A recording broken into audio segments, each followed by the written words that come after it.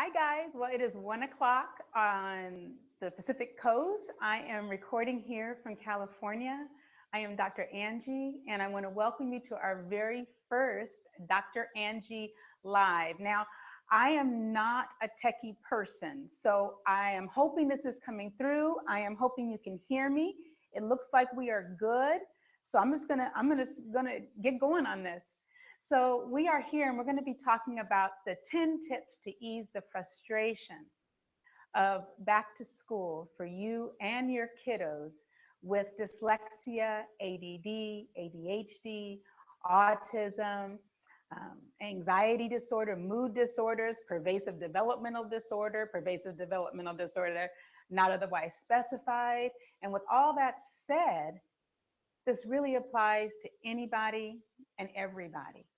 So being that this is our first live event, what I want to let you know is that I am committed to doing this on a regular basis. If this is something that is of value to you, if you find that you like this, comment below or go to my website and send me an email and give me some suggestions on things you guys would like to hear about in the future, because I am here to serve you. I am committed to keeping this first one under 15 minutes, and from here on, it is my goal that these will always be 10 minutes or less. So I want to welcome you. I am Dr. Angie, Angela Gonzalez. I am a pediatrician. I am a licensed Davis facilitator for dyslexia correction programs. I'm a licensed Davis autism facilitator and coach, and I'm in the process of becoming a licensed Davis autism workshop presenter. And with all that said, most importantly, what's driven me here, what has me at this place in my life, is that I'm a mom. And I'm a mom of three amazing young men who are ages 22 down to age 17. And it was my current 17-year-old who in his early school years brought me into this field because of his severe dyslexia. So I understand you, I feel you. It is my mission in life to provide information and knowledge. I've been through your struggles. I've been there. I've done that, still going through them. But I've learned so much on the way. And it is important. I get emotional because it is my passion and I am doing what I'm here to do. And thank you. I am humbled that you are allowing me into your lives and into your homes and into your cell phones and your computers right now to share this information with you. So understand, as I'm going through this information, it is not just from that clinical place of knowledge, but from that heart-based place of knowledge as a mom. And when I began my whole journey through working with kiddos with dyslexia and ADD and ADHD and autism and a whole array of different types of kids struggling, what I realized is that these are gifted, talented, amazing kiddos that just process a little bit differently. And as their parents, we are there to support and guide them. As I was going through this process with my son and helping kiddos and parents in my current practice, working with just these kiddos and adults with learning differences, what I realized was that they are so much more than their learning difference. My parenting style that I have developed through my years and on this journey is one of what I like to call compassionate parenting. So as we progress through this, all of my recommendations are going to be more based on compassionate parenting versus situational parenting. So what do I mean? If you are looking for this to be a place where I answer questions like, if Johnny won't eat his peas, what do I do? If Johnny can't do his homework in exactly 20 minutes because I'd like it in 25 minutes, what do I do? If my kid doesn't go to bed right when I tell him, what do I do? That's situational parenting. There are so many situations. There's an infinite number of situations because there's 7 billion people on the planet. So think of all the children on the planet, and every child is individual and every parent is individual. So if we just speak to each individual situation, there's not enough books or airtime on YouTube to help you with that. But if we help you with just a few tools that become part of your identity, that allow you to then express your love and your compassion for your child, because nobody knows your child the way you do. The doctors don't, The teachers don't. The grandparents don't. They don't know the children the way you do, unless they are the primary caretaker and have been with this child for a very, very long time.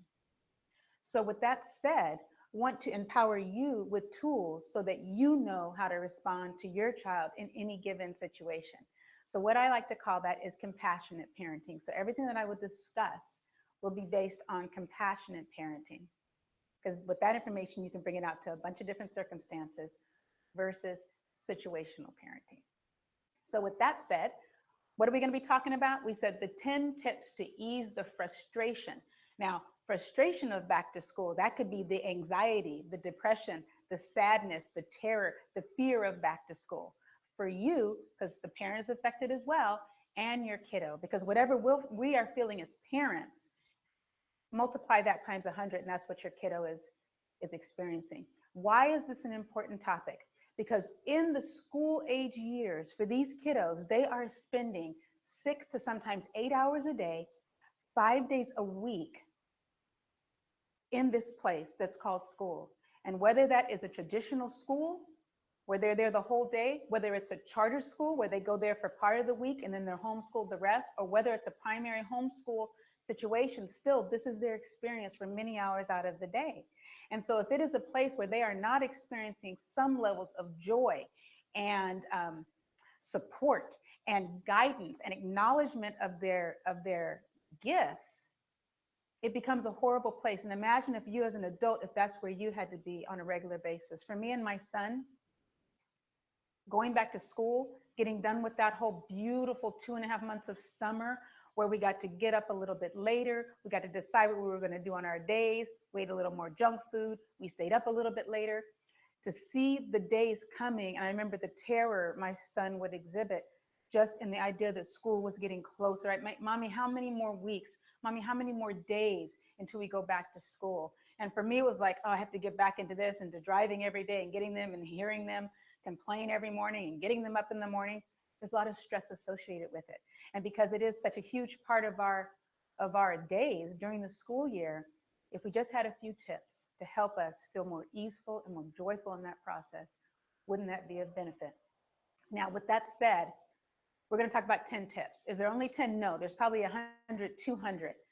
I'm sure many of you tell me other things that we could do, but we're going to do 10. And we're going to do it from that compassionate place, not from a situational place. So with that all agreed, let's get going. What I'm attempting to do is show these to you a little bit of time on here. If this gets literally too sticky, no pun intended, I'm just going to take it off so you can see all of them. So is this pertinent for you? If your kid is in any kind of academic setting, yes, this is pertinent for you. So whether your child is struggling with focus, reading, academics, behavior, or just socialization, and those tricky things that occur at school, these are important tips to remember and to begin to incorporate into who you are being. So as we go through this, I would invite you to open your mind, take a breath. As we go through each one, hear what resonates with you. If there's something that doesn't resonate with you, throw it out. If there's something that does, see how you can incorporate it into your lifestyle. So the first thing we want to do is I would encourage you to don't make all your kiddos' decisions for them. What we are doing as parents is we are guiding them, right? We are helping them to become responsible, established, on purpose, adult human beings. And that begins in being able to take some responsibility for our decisions. So when we are in this place that is school all day long, where we don't feel good because the things that other kids do simply are very difficult for us, whether it's behavior, focus, academics, or reading, we need to feel empowered, because walking into that place, we feel as if all our power is taken. So where we can give them some power back is really important. And it can be simple things like for breakfast in the morning, as opposed to telling them exactly what's for breakfast, give them 2 or 3 choices and they get to choose that. Don't make them wear what you want them to wear because you need them to look a certain way. Allow them to begin to exhibit who they are and who they're here to be. So what if it doesn't match? So what if the socks don't match? If that's what they want to wear, then allow them to make those kind of decisions. When it comes to their backpack, let them make that decision. When it comes to how to organize things within their folder, let them make that decision with some guidance. And you can always, doesn't mean just go ahead and make your folder. Goes, we've got 2 or 3 choices. Which choice would you like? And encourage them to begin to make those decisions. Number 2, and really important, is to please listen to your children. Listen to them. If someone comes home and says, it was a horrible day today, I hate school, you don't tell them it wasn't a horrible day, because then you are invalidating who they are. So when the kids come home, how many of you can raise your hands if you're out there, how many of you say, how was your day? And you always get the same response. Our response from our kiddos, well, it was a day. It was another day, right? A nice question to ask them when they get in the car, when they get home, is first of all, you need to show up in a released, nice, relaxed, take your breaths before they're going to enter into your space, before they're going to enter home, before you're going to pick them up at the door to the classroom, before they're going to get in the car, get yourself in check. And then your first question would be, honey, what was the best thing that happened today? And they may say, nothing good happened today. Say, okay, of all the things that weren't good, of everything in this horrible day, what was the least worst thing? What was the best thing? And if they, I don't know, nothing, what'd you have for lunch? Maybe they had a slice of pizza for lunch. Maybe that's what the school is providing. Did you enjoy your pizza? It was okay. So that was the best thing. Why is it important to know what the best thing of the day was? Because if it's something that you can then go back to the administrator or go back to the teacher and say, you know, my kid really loved today, because apparently you guys did coloring of some certain thing, or apparently you guys did study the Adriatic Sea and they love that. The teacher can be aware and begin to bring some of those activities back in, and then your child can be excited about going back to school for that same thing. So listen to them. And when we listen fully, not with what we want to say next, but sit there, sit down, and listen to what they have to tell you. Number 3 is don't dismiss their feelings. You know, our emotions as human beings are our internal GPS system. Our emotions tell us what we like and what we don't like. From as being human beings, instinctually is our instinctive drive to go toward pleasure and away from pain. And we only know what we like and don't like based on our emotions. So if someone comes home and says, I hate math, to tell them you don't hate math is invalidating their identity and who they are, right? So we can say, I understand, sweetie, you hate math. You hate math. And emotions are not wrong or right. They're not bad or good. They just are. They come from inside of us. Now, a behavior that we exhibit in response to an emotion, that can be good or bad behavior. So if someone's angry at their sister and they hit their sister, we don't penalize them or discipline them for being angry. You shouldn't be angry at your sister. That's how they're feeling. If they're angry, the question to ask, and practice doing this question with your children anytime you can, is just a simple question of why? And then go back to number 2 and listen. So if they tell you why they're angry, you validate why they're angry. And then from that point, you say, I understand that you were angry, but what you did, the hitting, that behavior is unacceptable in this household. We don't hit in this household. So we can discipline the behavior, but not penalize the emotion, because we all have our right to our emotions.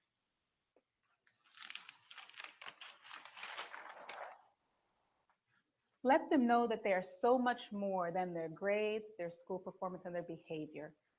You know, they spend so much time there, and if it's a place where they're not comfortable, where they don't get to exhibit their strengths because they're not academic stars, or you know, it's hard for them to sit still for long periods of time, this is going to be a place where they're going to feel less than a lot of the time. So what we need to do is we need to let them know, as parents, we love them. Unconditional love. Not we love you when you do good in school, we love you when you sit still for a long time, we love you all the time. There was a great thing, it's posted over on Dr. Angie's Place Facebook site. There is a little video there that was a letter written by a principal in Singapore who sent out this letter to all the parents right before exam time. And this letter is beautiful. It says, please realize exams are coming up and let your child know that they are not their exams, that some of them are artists and some of them are musicians and some of them are going to do other things that won't require them to have higher levels of math. Continue to reinforce that you understand as a parent that your love for them is unconditional, and how they perform in school is not um, how you see them and how you identify them as who they are, because they are so much more than that. I would not want to be identified just as Dr. Angie, the facilitator for individuals with learning differences. I'm so much more than that. You know, I made these earrings. I like to make jewelry. I like to make furniture out of wood. I'm a mom. All these other parts of who I am, and my work is just one part of that. School should only be one part of that. It doesn't define us in who we are.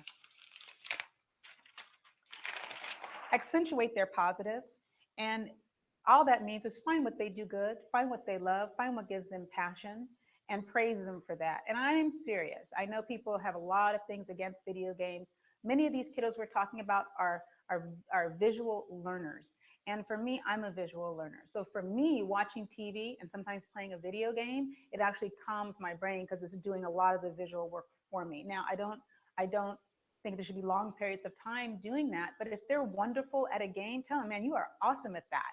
If they're good at Legos, man, you are so good at Legos. And then when you find what they're good at, find something outside of the home or even in the home that supports that. If they love Legos, they have Lego camps all over the place. I'm gonna give a little shout out to the Learning Studio up in Riverside. Lorna Jenkins owns that, and I believe during the summer they have these Lego camps. And I'm already over my time, so I'm going to keep on going. I'm going to get through these, and then next time I promise to keep it at under 10 minutes. So this is new for me too, so bear with me. I'm just going to take this down too to make it faster.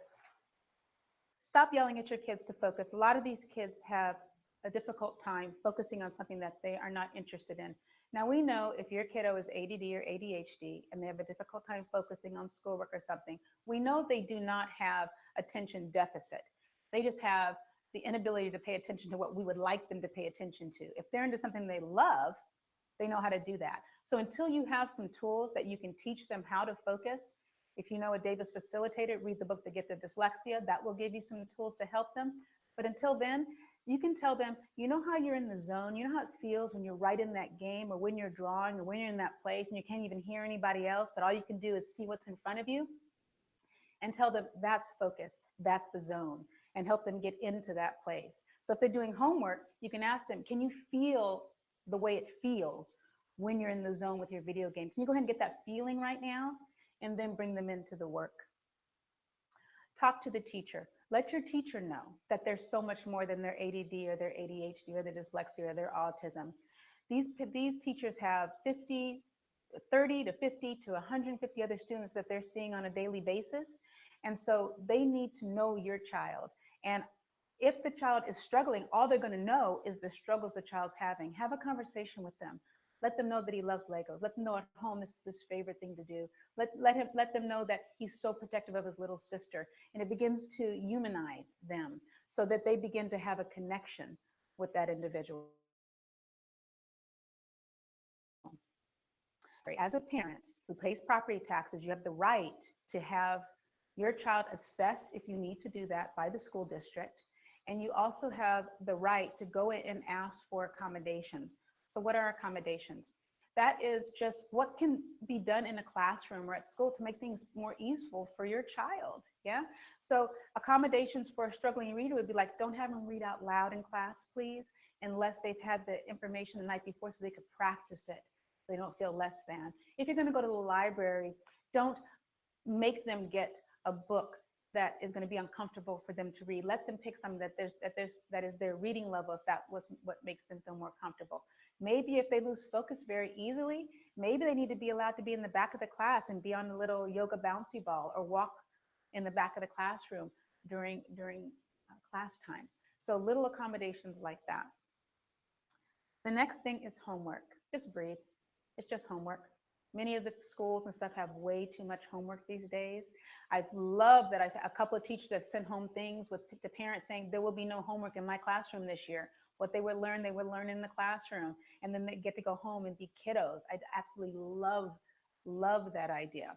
But it's just homework. Breathe through it. Let them maybe make decisions like what time it's going to start.